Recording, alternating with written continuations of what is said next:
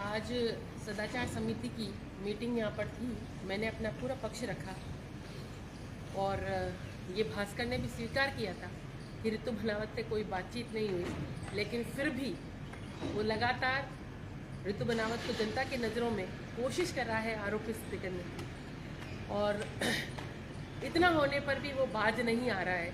लेकिन मैं फिर भी ये कहूँगी कि मैंने कुछ गलत नहीं किया, वो सबके सामने आएगा। मैंने सारी डिटेल अभी सभापति महोदय जो सदाचार कमेटी के सदस्यगण हैं उनके सामने रख दी, और आगे भी जो तथ्य मेरे पास इकट्ठे होते जाएंगे वो सब मैं रखने वाली हूँ।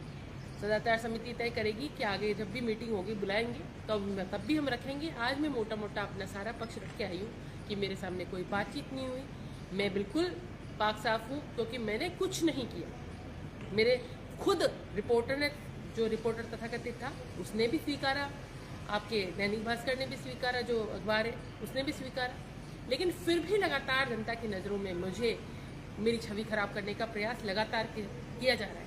आप देखिए कि जो मेरे काम है विधायक निधि के, उसको लेकर आज एक न्यूज़ छपी है कि इतने हैंडपंप दिए, 80 हैंडपंप एक पंचायत में दिए। आप चेक करेंगे कागज, तो 2 सालों में 36 लाख का काम मैंने दिया है, उसमें भी गिने चुने हैंडपंप है।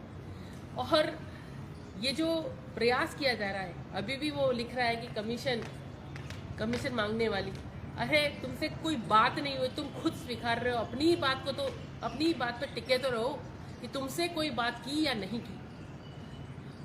तुम्हारे पास मेरे खिलाफ इस अखबार का और इस पत्रकार के पास कोई सबूत हो कि ऋतु बनावत ने किसी तरह की कोई बात की, कोई अनुशंसा पत्र दिया।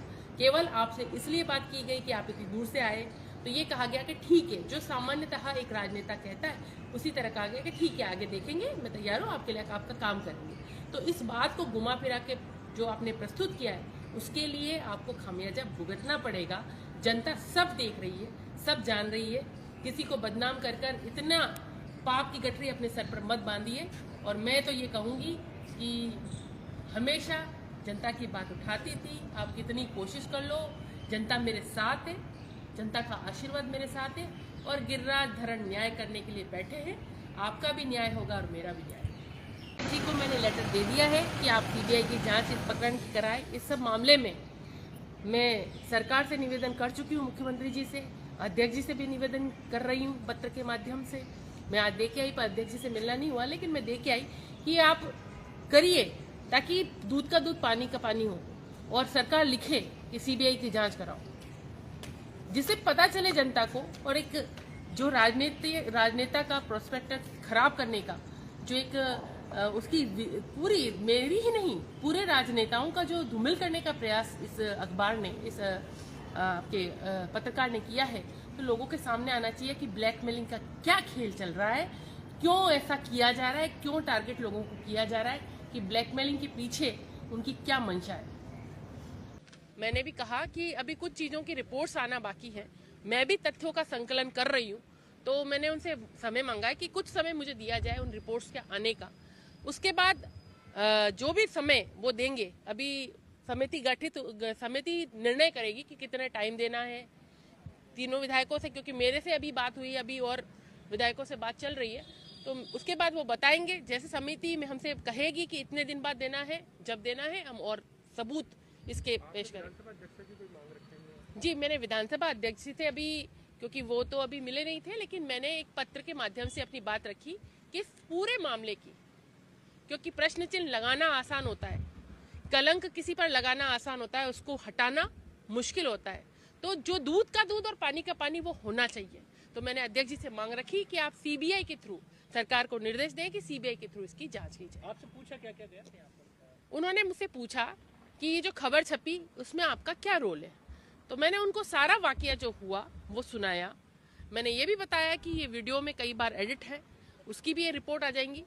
और खुद उस अखबार ने, उस तथाकथित पत्रकार ने बार बार चिल्ला के ये खुद ही कह रहा है कि ऋतु बनावत के साथ में कोई बात नहीं हुई, तो ऋतु बनावत की धूमिल करने का प्रयास छवि को वो आप क्यों कर रहे हो।